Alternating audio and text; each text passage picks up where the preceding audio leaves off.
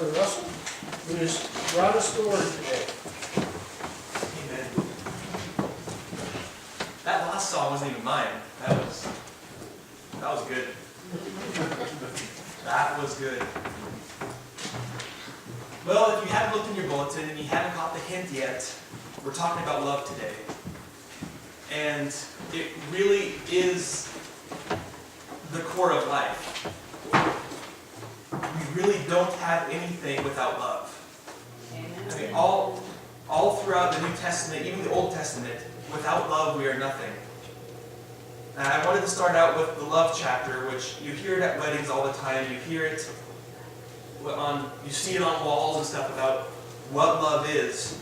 But I want to read the entire first part of the chapter of 1 Corinthians 13, just to set a basis for what John wrote to Corinth. And the Corinthians, they were a church that was corrupt.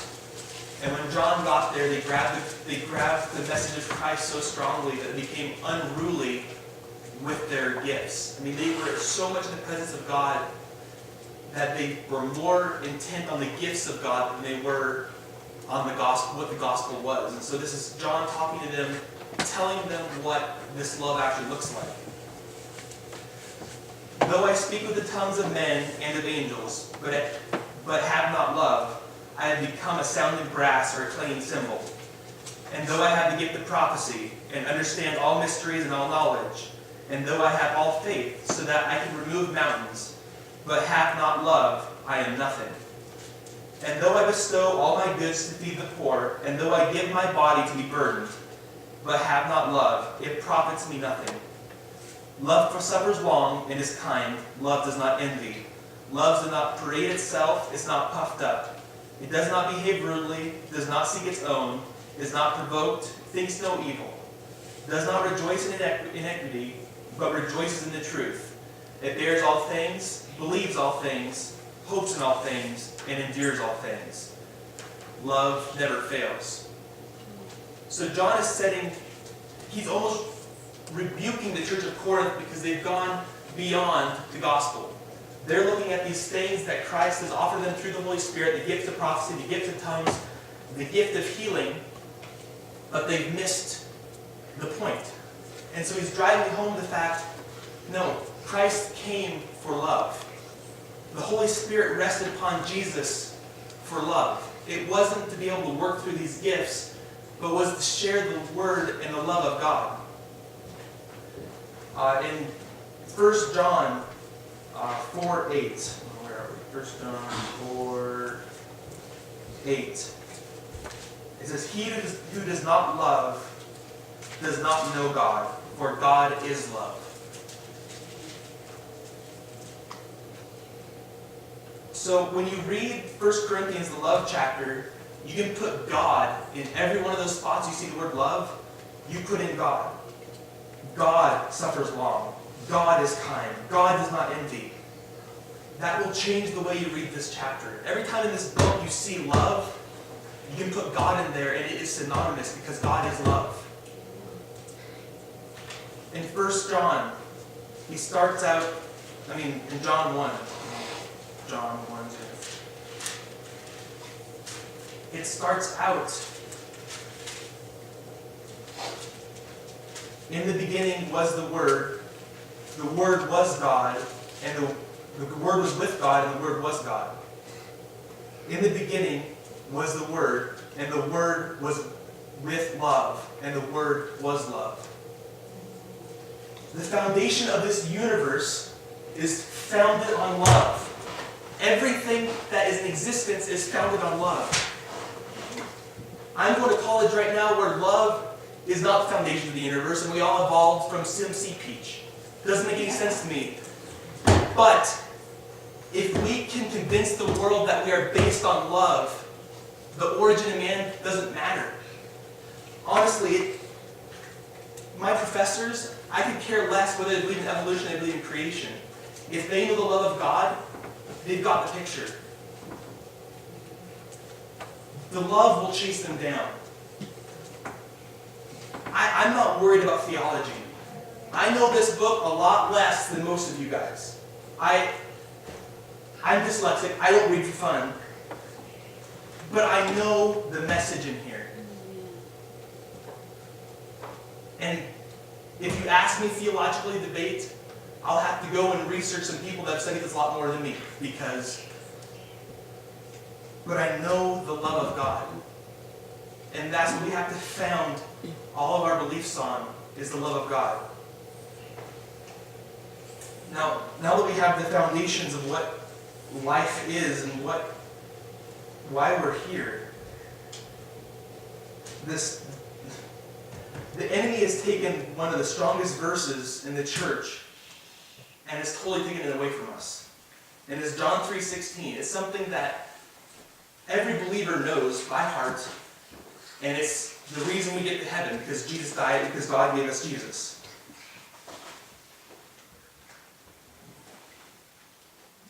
For God so loved the world that he gave his only Son, that whoever believes in him shall not perish but have everlasting life. The church so much emphasizes he gave his only Son, and whoever believes in him is going to heaven. That last part means nothing without "for God so loved."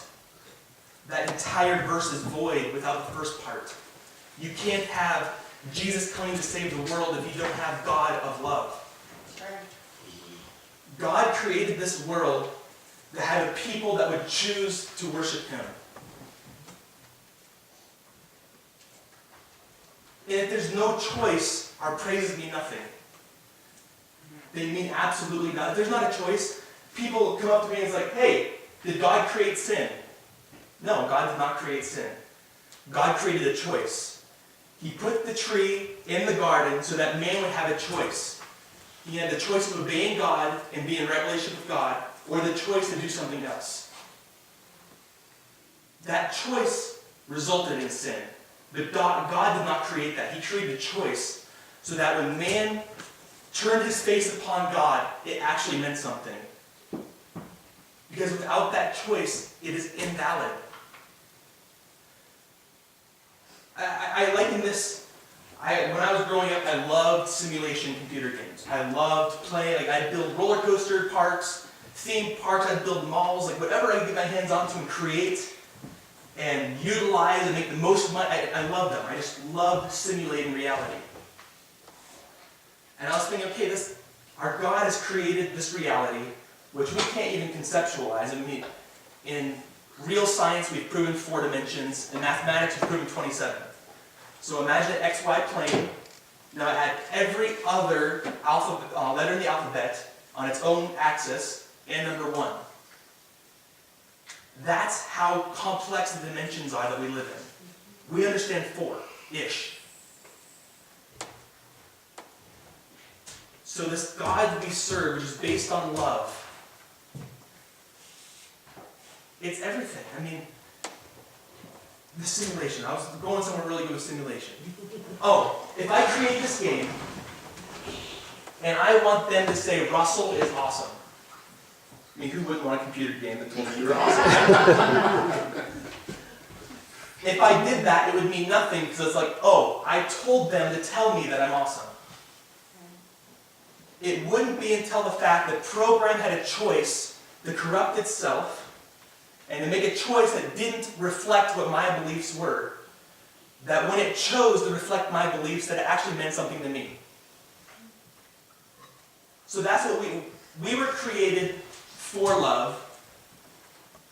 We were created from love. The entire existence of this universe was created by love. And if we can grab a hold of that, nothing else matters. Because the rest of this New Testament, the entire Bible, if you have the fact that God is love, and, okay, granted, God does some really crazy things that I don't understand, like turning a pillar into salt. That doesn't make a pillar of salt. Doesn't look like love to me. But in the context of God's people, that is love. And we have to know that we're created in the image of God to be able to choose to worship and glorify Him. When we were singing those songs, I don't know if you felt it in here, but there was a presence that came as we were worshiping. Because the presence of God rests upon his praises. If you had that computer game, let's just say, and you heard them saying, how awesome is our Creator? No matter what you were doing over here, immediately when you heard that, it would draw your attention like, hey, they've got something figured out. And he rests upon our praises to be like, look at my kids. They are choosing in a world that I banished Satan to. They are choosing to glorify me because they know who I am. The rest of the gospel will take care of itself. Honestly. It'll take care of itself. If we can grab a hold of this, it is the foundation for everything else you have to believe. It really is. It's everything. And that's all my sticky notes. Here's all my sticky notes. So,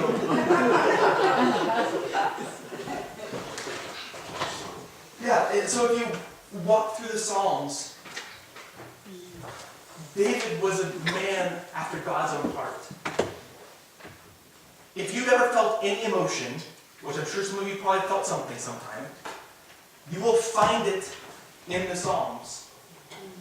Sometimes it's your heart whining and complaining to God, woe is me, what is up with this? I feel like I'm not getting this. You have forsaken me, Lord. And that's your heart cry because of the situation you're in. But he hasn't. But it's so easy to have these blinders on in the world where you miss the love that's around you. I was in Salt Lake earlier this month. Last month. I was in Salt Lake sometime. And God said I needed to take a prayer walk around Temple Square.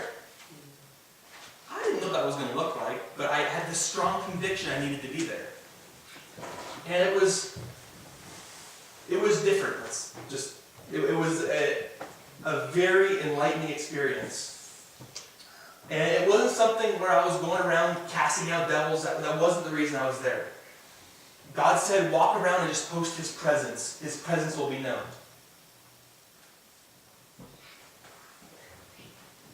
Well, his presence rests upon his praise.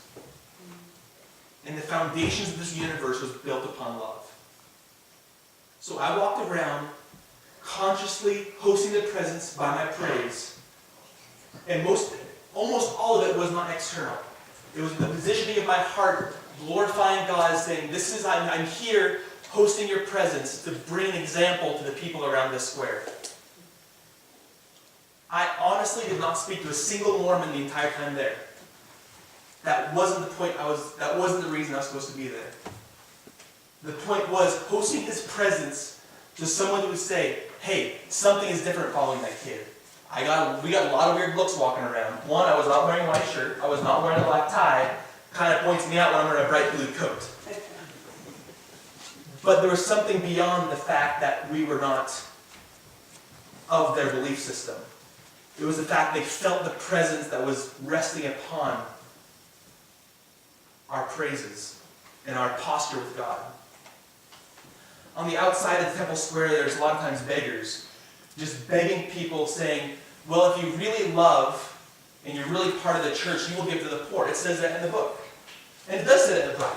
You should give to the poor. And you should take care of those that are more in need of you. It's in here.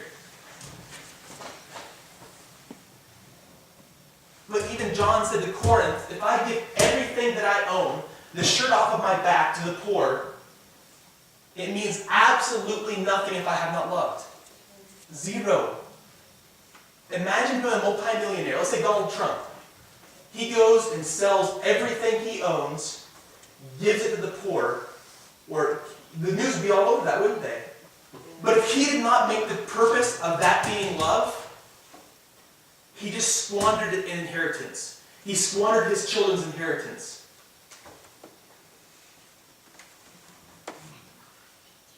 Money of this world does not represent love. And we will worship what we want to become.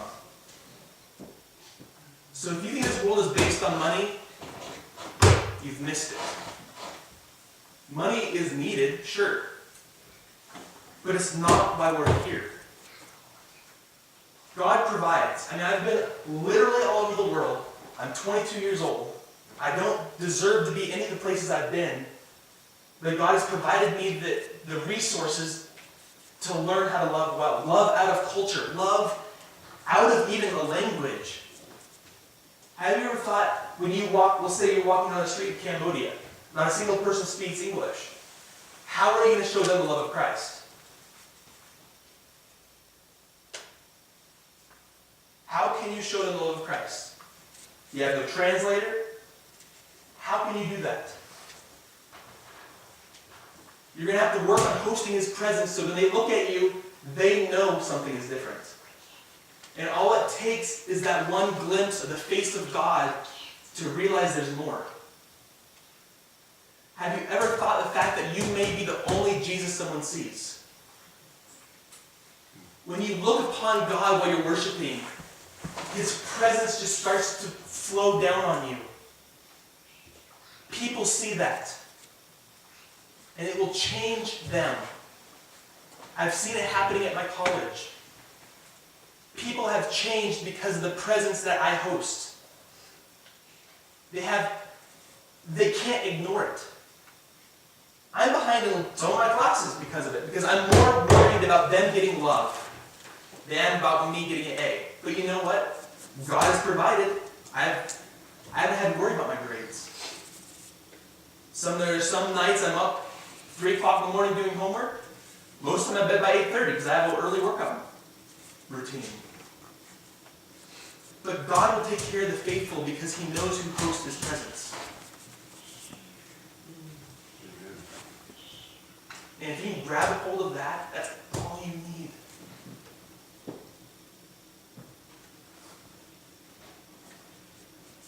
It says you should earnestly desire the gifts of the Spirit. Somewhere in there. I don't know where it is. I'll have to Google it. Somewhere in there it says that. Earnestly desire the gifts of the Spirit. But in Corinth, they had all of the gifts that represented the face of God. So the Holy Spirit was stewarded so well upon them, they were able to act through the works of God to such a level they were unruly and they missed the picture. So if we can set this congregation, if we can set Pavillion, Wyoming, if we can set Wyoming and reset this nation back on the concepts of love and what that actually looks like in the world, we can do something. Amen. But until then, we've missed it. Utterly, utterly missed it. So, go forward in love. I mean, that's... And know what love looks like. Because love looks like something. On the outside of Temple Square, we were about ready to leave. We had to take Nana to her appointment, and Mom and I were we circled around Temple Square, and we were cutting into a gate to walk in, and there was a beggar lady there. And she's asked us for $1. And Mom's like scrambling in her purse and her pocket trying to find a dollar bill. And she ended up pulling a 10, and she was kind of torn 10, 1, trying to figure out what do I do in this situation. And I asked her, can I pray for you? And she looked at me as if no one had ever asked her that. And she said, sure. And I wrapped my arms around her, and I prayed for her. And I called forth the destiny that God has for her. You know, the gift of prophecy. The thing that scares me the most is the gift of God. I actually, when I got to Bethel, I told God what Chris Valentin had, I didn't want, it scares me. The prophetic is so out there, and I can't understand it, and yet that's the thing I walk through the most. So I was praying with her, her name was Evelyn, praying with her. She had scars all over her face. She had a couple big scabs from either getting beat up or being drugged out, I'm not sure which. And I prayed for her. And after I prayed, I said, Evelyn, you now have a choice to take this prayer and host the presence of God, and your life will be forever changed. If not, know that the kingdom has come near you. And we went on our way. It was easy as that. That's how you show love to people. It's not about saying the sinner's prayer. If they find God's love, they'll say the prayer. I promise you. But if we fear people saying, you are going to hell if you don't believe in this book, we have missed it. Utterly missed it. If we're scaring people into a relationship, we've missed it. Right. Because they're going to think, well, where in here is God going to scare me to make sure I don't do this? And they'll make up a false pretext to this word based on fear, not of love. And we cannot afford that. We cannot afford building religion to be scared of to help control our choices. I mean, if you think about that, we are empowering a disempowered devil to help us make choices for God. How silly does that sound? We're going to use the one thing we were created for to help direct us. We're going to use the rudder of the devil of fear to guide our ship.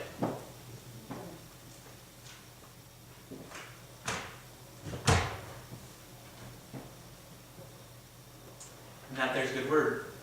I wish it was mine.